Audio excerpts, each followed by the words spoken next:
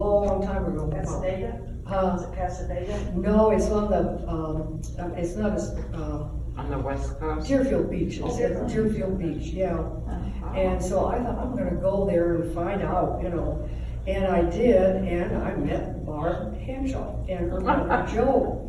And also the people there, and I was, they had me give readings, and I did, and I gave them right. And I began to think, oh, I'm not the only one in with this, you know, for God's sake.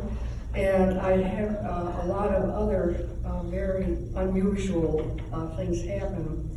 My father died, and I was in Michigan at that time. This was just before we moved down there, I think.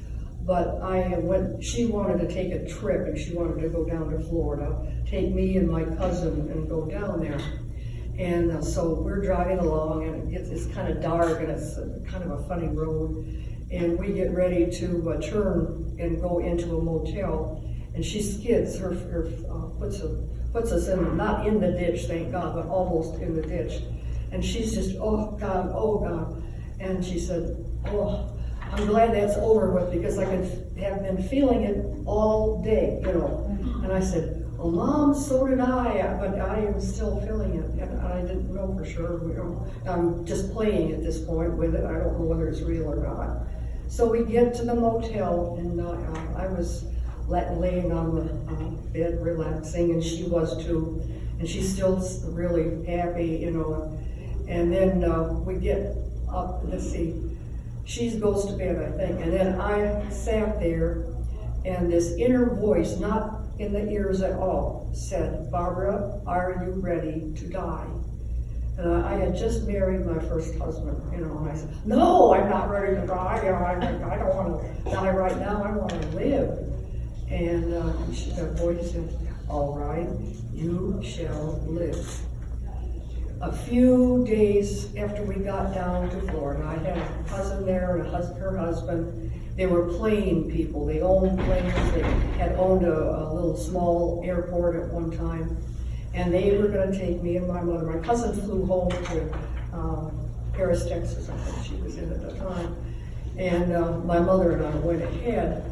And the cousins in where we were, Fort Lauderdale, said, oh, we'll take you either down to the Keys or over to, what's it out there, the Bahamas. I guess it blew away, but it's back then, you know, it was nice. And I think we chose the Keys because later I found a starfish. But we went up, and all of a sudden, that plane just started. It was a small one, Tri-Pacer, anybody know what that is? It's an older plane, but anyway, it was very good in its day. And I'm in the back seat, and my mother's in the front seat. No, my mother's next to me on the right. Then my cousin's husband is the pilot, and my cousin is sitting next to him. So it just absolutely dove down. And all I remember from that is my cousin's husband just tugging on there. There's a gear or something, you know, just tugging on it, trying to get that plane to come up. And it went down. It did. It went down. Everyone was killed but me. No, I'm kidding. But it was really, you know, I realized, hey, something's happening here to me. You know, I'm with this stuff. And I did pull out of it. Of course, I inherited from my parents and everything.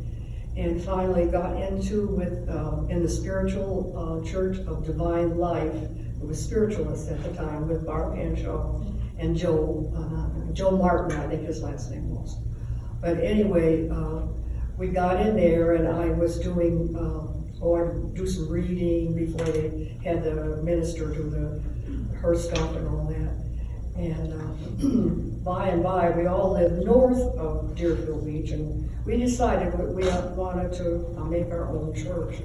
So we did, and we had a nice following, and we did good things for people and everything. We enjoyed each other, and we kept feeling. We also had a lady come in, and she was ordained in our church, the same one we had been. Jane Hudson, anybody know her name? Yeah, she came in from Georgia, and with us, and we said, They're just, the spiritualists are right. They're right. They've done everything right. But it's not enough. There's something missing. And we just, from that came the alliance of divine love. You know, that's where this should be. Yeah, we can be psychic and all this stuff, but we have to work with the love. That's the cue of the whole universe, and you know that, and I know that. We've all had these experiences. So we did, and we went in, and when you come this afternoon, you have to come this afternoon. You get to read the thing on what we wrote about it and all that, you know, the date and all that. But that came through, and we were, again, very happy. We started in Florida, and then Georgia, and let me see where the other one was, I think, out in the Midwest. Iowa, and also Kansas, and in that area. And it just went from there, you know, but we'll talk about that later. But I wanted to talk about what ADL, the Alliance of Divine Love, is. It did not start as the ADL on Earth. It did not.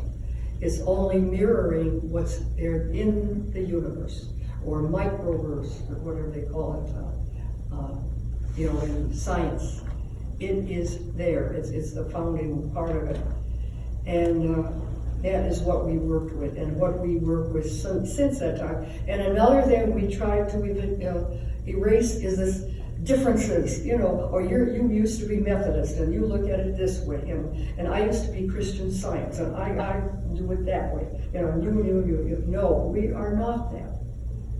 I've got news for them who think this.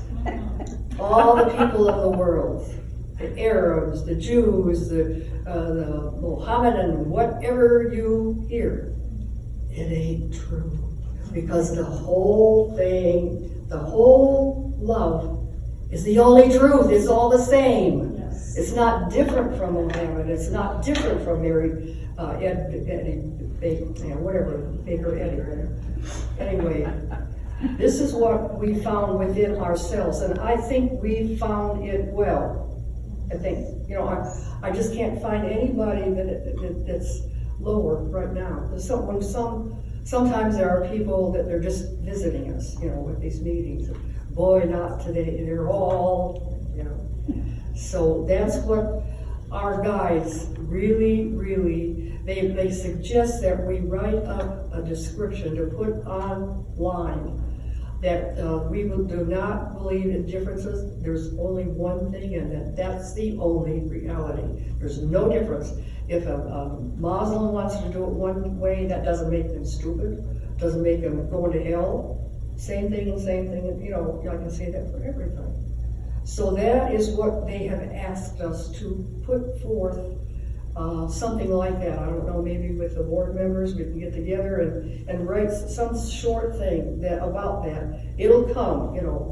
And I feel that we need to push it out there. That's what the guides are saying. We need to get busy and push that out there, because this planet needs it. It's not going to survive if we don't. You know, somebody's going to kill all the other people, and you know, no, we're not. We are going to do it through love. And you don't have to be out there with a sign and shouting. You can do it in your heart and in your soul, sending out prayers, because prayer works. I'm telling you, prayer works. And I don't know what it was. My guide is Christian guide is St. Agnes of Rome. She doesn't like to have her identity brought out, because then everybody will go, oh, I don't matter, you know, I'm going to get on my knees and do for her. No, this is not what this is about either. Anyway, she wanted me to bring forth today that we do that and follow up with you. You all have beautiful guides, my God, you have beautiful ones, more than one too. Anyway, what I wanted to say about my own life is I did have, you know, those early times, and I turned to God one time and I said, God, you gave me all of these abilities, and what am I supposed to do with them? And I wound up with Barb Henshaw and Jane and me first, the Alliance of Divine Love. And that is what we're supposed to do. Okay, now, let's see. 3 days ago, I'm riding with my husband in that thing. He's gone, I can call it, but it squeezes and it's dark. Anyway, and he and I are fighting like mad. If you don't like this way, you're no. Yeah, I do this. Even though I say all these things, I still have some work to do.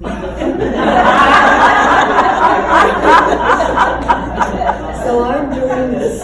And what happens is, there's kind of a whooshing sound in this thing, and For those of you who don't know, she's talking about a transit. Yeah, it's a but we're gonna call it this thing. the thing, not termites, but anyway. Okay, I'm sitting there listening to it, and boring, all these sand things and dry mountains and all that, and it starts.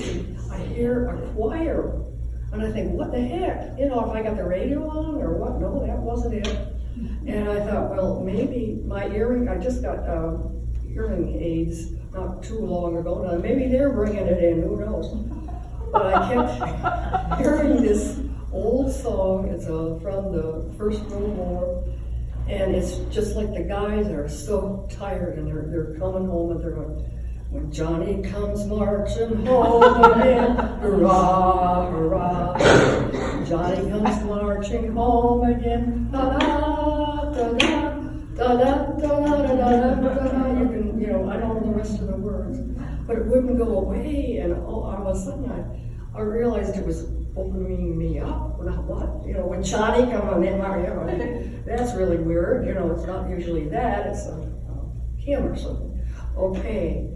And suddenly, it was not a physical sky that I was looking at, but there was a bright, beautiful white light. And if I cry here, it was because it's so stunning. It was the Virgin Mary. It was the Virgin Mary. And I realized that she was healing. She was healing me and and in him. And then it kind of went on like that for a while, and she finally faded away. But I hope she's here today. I invited her to come. She is. She got some people, some angels with her. But she is here. So feel around with your heart and see if you can pick her. I can see, out there. There's many in here I can't tell, but anyway. This is what the ADL has for mentors. One of them. You can name the Buddha, name Christ. All of those beautiful, wonderful leaders are with us. Most of them are helping the Alliance of Divine Love because they know we've got to get that across to the rest of these people. If we don't, it's going to not look good. It's not going to happen.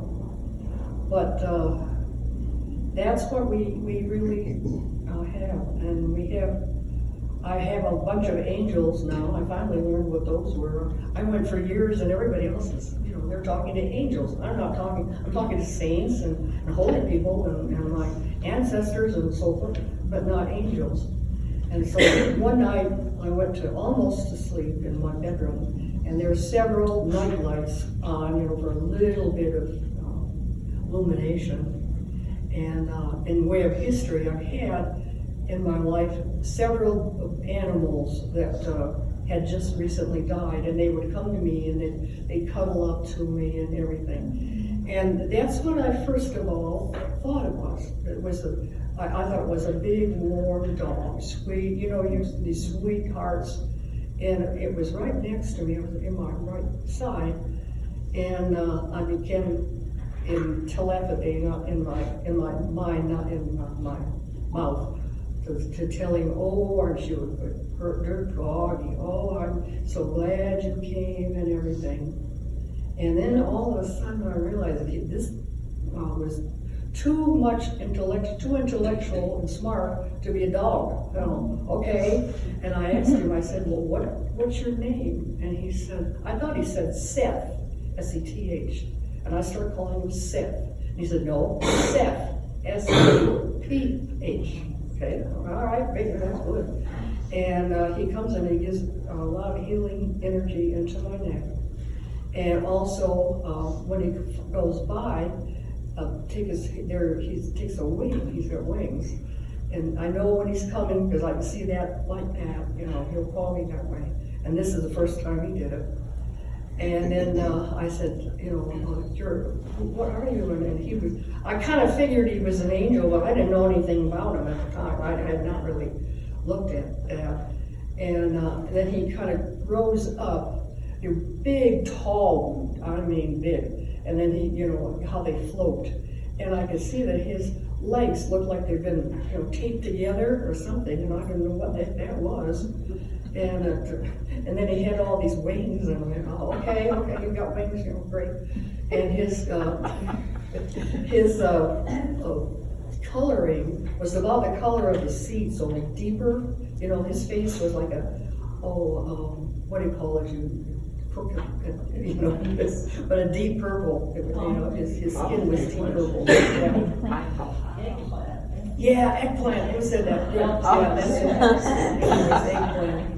So, okay, what do I do? And I say, okay, Selwa, I'll select, or whatever it said. I'll go and look this up. You know, there's things on angels.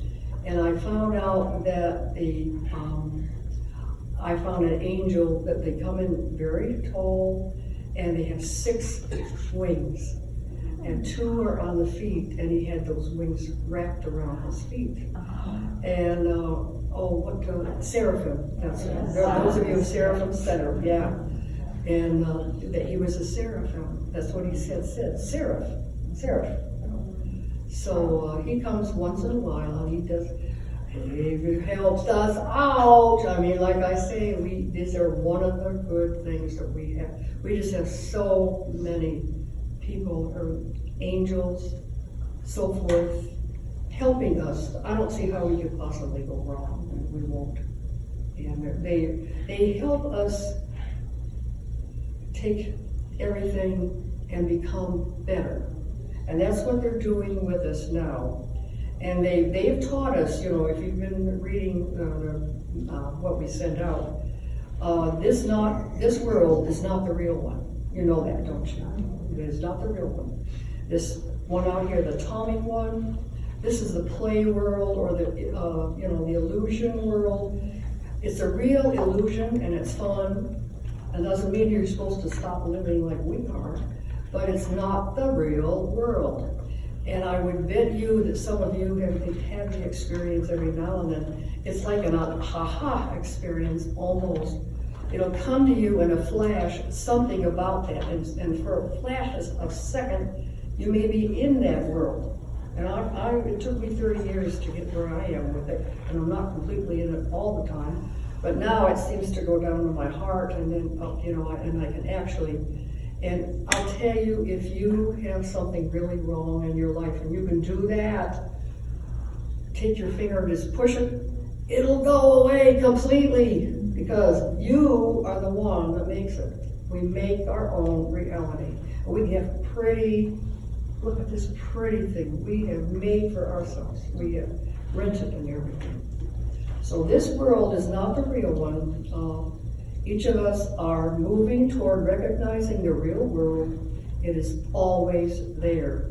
Okay, and I asked the person who wrote this, and he was an angel, and he says that when we study this, we need to say something to the people that are doing it, because it doesn't sound like it would be what we would choose. But self-love is of greater importance in here to continue going on with it. You have to love yourself. Drop all the junk. You know, I don't care if you murdered all of the Huns or something. You know, that's gone, and that was only a play anyway. So, yeah. And I got news for all these serial killers, you know, the ones that are really bad. And I remember, I don't know which one it was, but a reporter asked the guy, you know, well, which murder did you enjoy the most? Oh dear. Yeah, this reporter. And he said, I liked the first one best. And I thought, because you see, God, anything positive anywhere is God. And this guy, even this guy, how evil he seems, he's still got God, and God is going to get him. He doesn't understand, but God is going to get him. He's going to die, and he's going to say, oh my God, did I do that? He's going to talk to these souls that he killed, and he's going to learn, baby. God does not learn. There's no hell. There's nothing like that. And, you don't have to worry about it, but you've got to know what the real world is. Okay? And what you do, the angel says, there are some ways to accelerate this ability, or what do we call it? And it's digging the scars out of your subconscious. We have a bunch of us, and we really do, you know. I once killed myself, and I all my people, my family, hurt everybody. And it took me, this lifetime to deal with it. I think I've got it mostly, but you have to dig them out, find out what it is, find out what's keeping you where you were, you know. And he said, just keep your attention on it and release it. That's what you need to do. And do it more than once if it corrupts everything. Focus upon your own goodness. You deserve good. You deserve it. Yes. Because you can't be anything else but good. You know, like out here, you can play like you're a serial killer or whatever, but you're not that. You are of the true world. Okay. I don't know what that is. I scribbled something. Explain a little about it. I think I did that. Aha experiences, we talked about that. The only way of doing it is experience it, popping up in that, and you will. I bet people have done this. People in the, some of you have done that once or twice. No? Yeah, I think maybe you are ready to if you haven't. You can't use your intellect when you get to this point. It's really hard to say anything about it because you can't. The scientist wants to take it apart and see it's beyond that, it's up a different level. It's like a difference between water and air, And the only way is experience. You can not know God. You'll hear that all over in about every religion, as you cannot really know God. Well, you can't, not with your intellect. It's not going to work. So what you have is direct experience going into that almost that will get you there, and that's very, very powerful. And let's see, come over and over as you climb up spiritually. Helpful hints, he says, I say to you, remember God ball? Okay, he says, let's go try some God ball. This is the way to get rid of the crap in your life, and it's really fun. Okay, you've heard about your cat dogs, most of you have been around them or something, and when they wanted to play, they would bring a ball to you, a nice clean one, and you go out the yard and you throw it for him, and then you kept bring it back, and it's a little gooey, but okay, we'll throw it again, bring it back. And it gets so gooey, you don't want to touch it anymore. So, you want to get another good ball. And now let's look at the good ball is now. Dog spelled backwards is G-O-D. Yes. That's God, okay?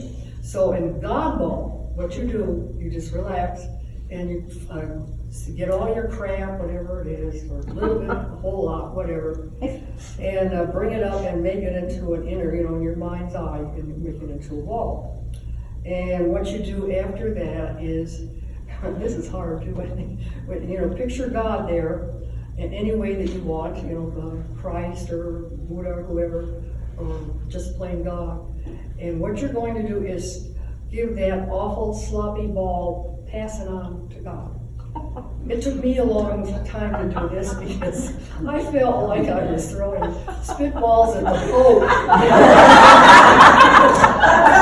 Here's this glorious being, and I'm supposed to shove him all this crap.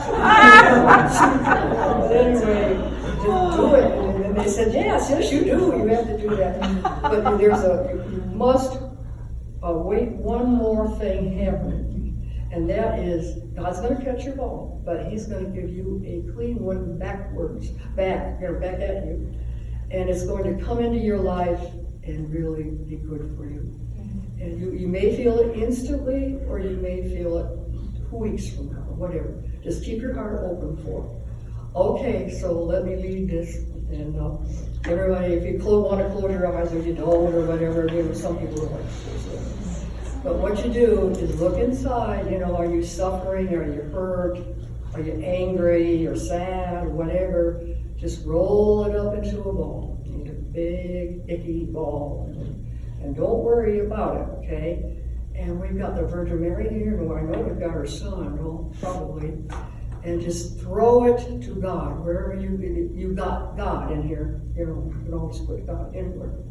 Now, and you're going to wait a good second and open up after you've thrown it and let that beautiful, beautiful love light in. Lift up your hearts and accept it. And it is yours. And you did well. I can feel that. You did well. Whether you felt it or not. But keep working with it. But that is the sum total of where we are now. With your development and everything. And we're there, like I said, there will be more this afternoon. I don't know what time it is, but I'll probably blabbed over and over. Anyway, God bless you. I love you. I don't know how one group of people could be so beautiful. I don't.